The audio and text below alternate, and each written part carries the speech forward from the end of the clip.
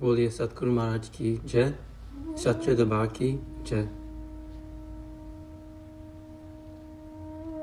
Thank you for joining us for today's spiritual discourse.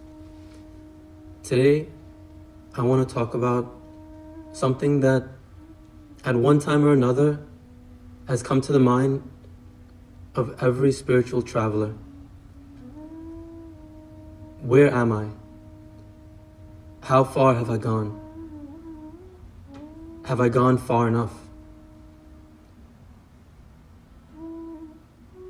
You'll notice that if you throw a leaf in a lake, that leaf will just stay in that lake, maybe twirl around a little bit, but it has no definite purpose. It has no destination because the lake is enclosed. The water that is in that lake doesn't move anywhere. It has no path. It has no flow. It has nowhere to go. But if you take a leaf and you drop it in a river, as soon as it touches the water in that river, the current grabs it and pulls it along. And every river, every moving body of water eventually makes its way to the ocean. In spiritual life, there is a similar occurrence. There is a spiritual current, a spiritual pull that is always running deep inside every single person.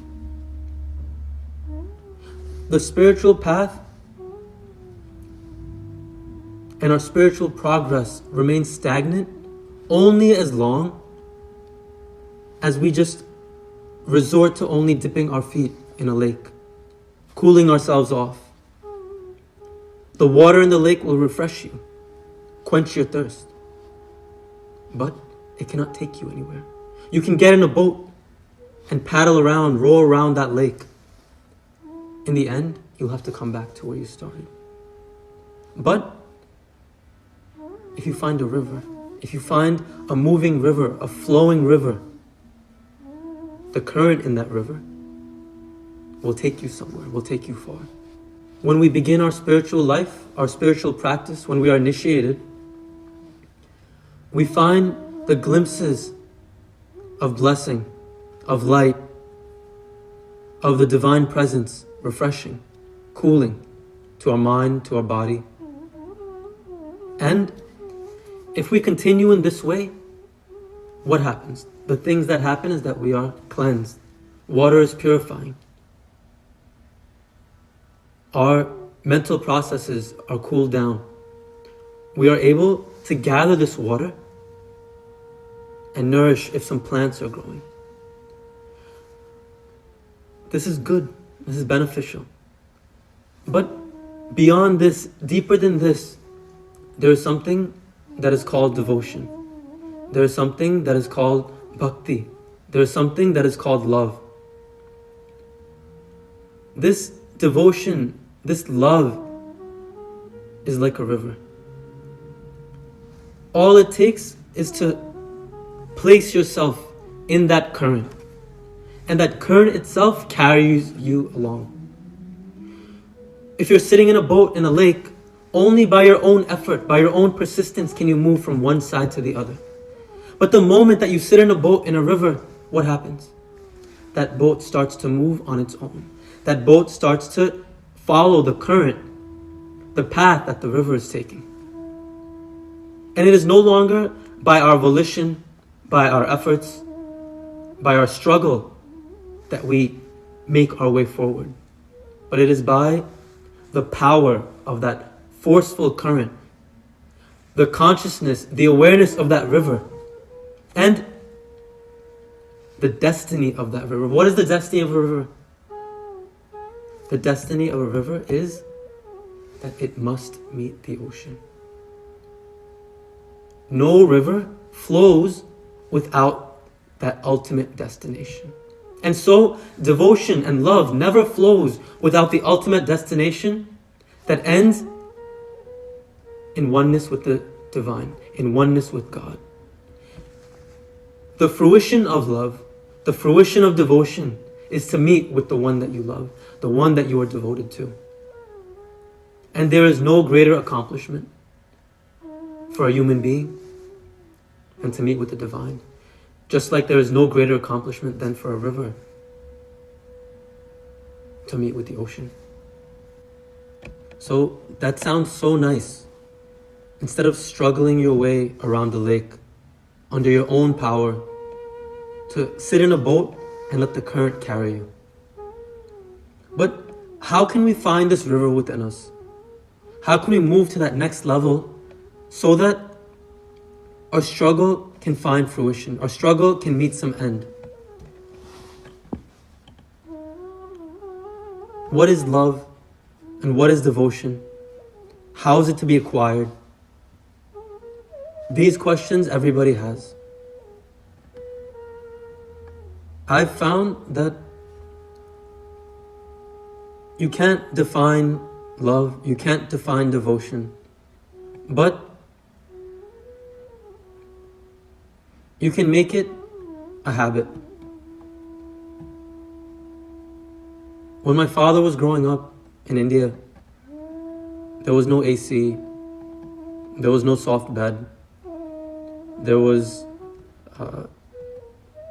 barely electricity and no indoor plumbing. He came to this country and little by little, he became accustomed to the point that now when he goes back to India, he says, I can't stay here for long. There's no AC. This bed is not that soft. This, that. He came to a new country. He came to a place he had never been before. And at first, he was uncomfortable. This bed is too soft. The climate is too cool. This cold air blowing bothers me. But little by little, when those things became his habit, all of a sudden, he said the opposite. He would say, I can't live without AC. Oh, when he goes to India, it's too hot here. I like the coolness. What happened? What changed? He became habituated to some new way of life. He became habituated to a different lifestyle.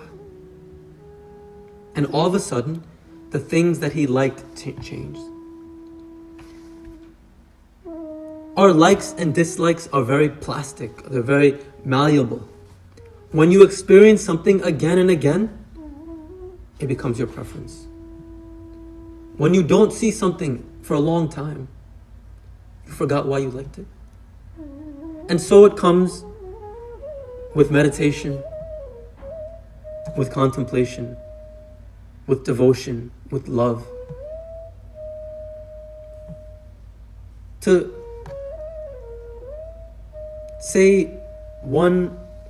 give one idea about what devotion is,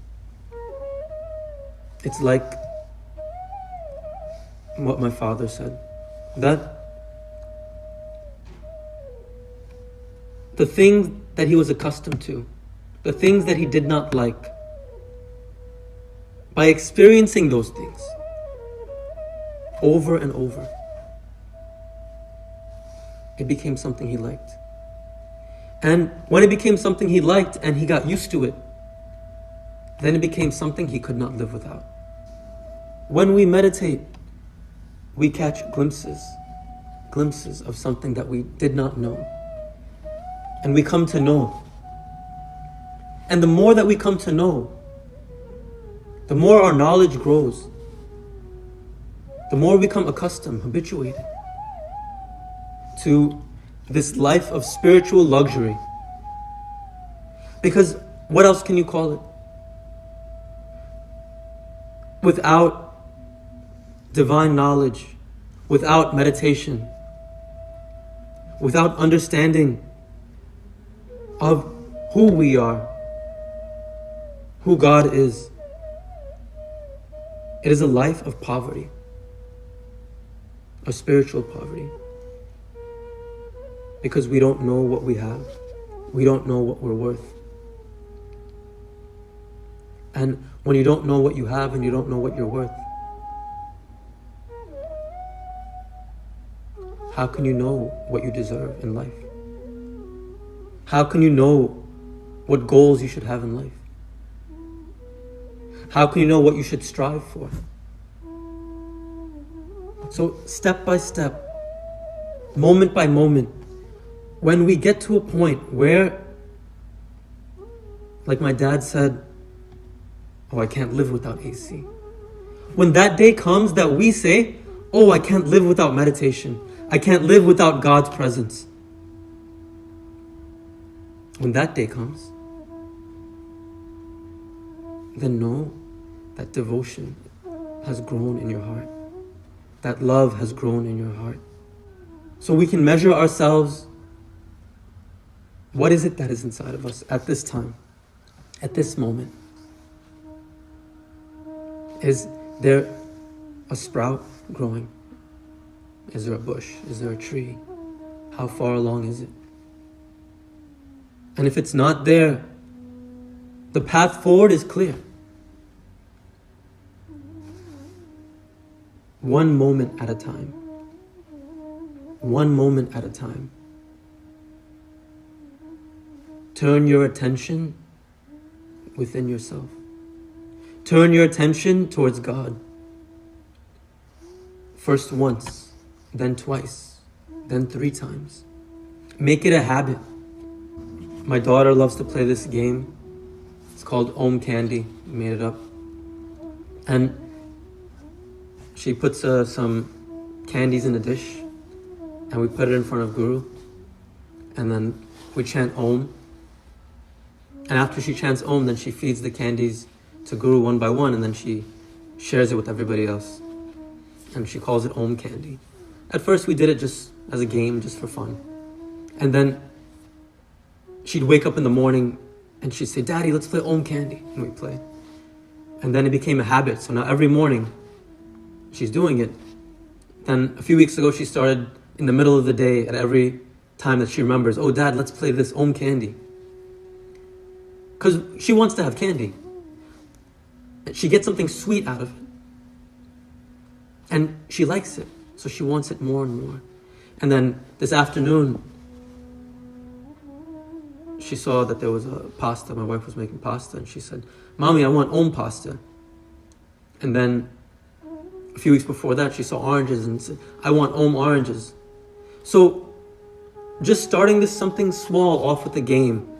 Now, eventually it's going to get to the point where she thinks that every meal you have to sit and offer it to Guru first, and then you partake. It's such a simple thing. It's such an easy thing. Start small, start easy, but keep doing it. You plant a seed, one seed, it's so easy. You plant one seed, and it grows one day, and it grows a second day, and it grows a third day. And every day it just grows a little. But those single days of growth, those consecutive moments of growth,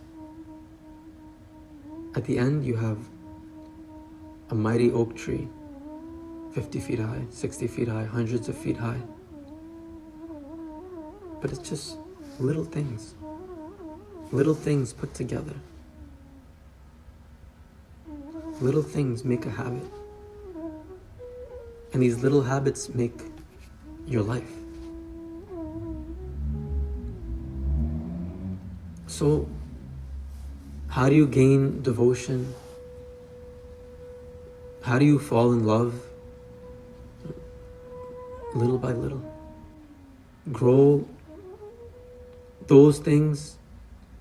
Pay attention to those things that you want more of. In the moments of meditation, rise above everything. Grasp what is essential and try not to let it go. And if you let it go, rise up again, grasp it again, and try not to let it go.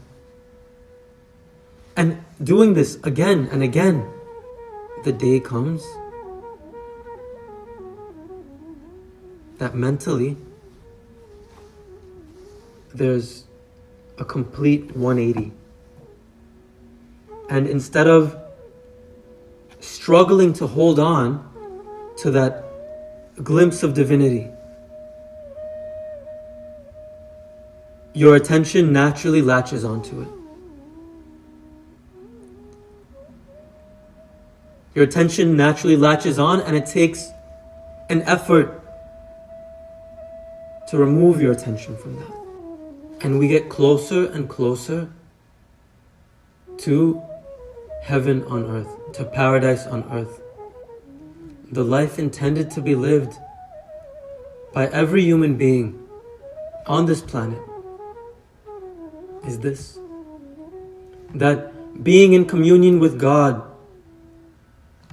we should go about our life. Being in tune with the will of God, we should go about our life. Living in love with God, we should take every step. And every moment should be filled with that joy, with that bliss. So, today,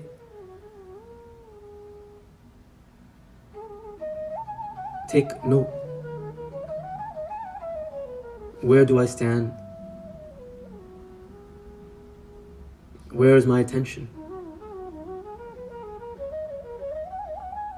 And take that moment, take this chance, and examine it. And then replicate it the next moment. And replicate it tomorrow. And replicate it next week. And next month and next year. Again and again until you feel that I'm just sitting in this boat and I'm being carried away. And Guru wants everyone in that boat to be carried by that current so that we can all move forward together, going surely and swiftly towards our destination, towards our goal, and towards the destiny of every river, the ocean of divinity, the ocean of God, the ocean of love, and the ultimate goal of human life. So, thank you all for joining us today. Boliye Satguru Maharaj ki Jai, Sache Darbar ki Jai.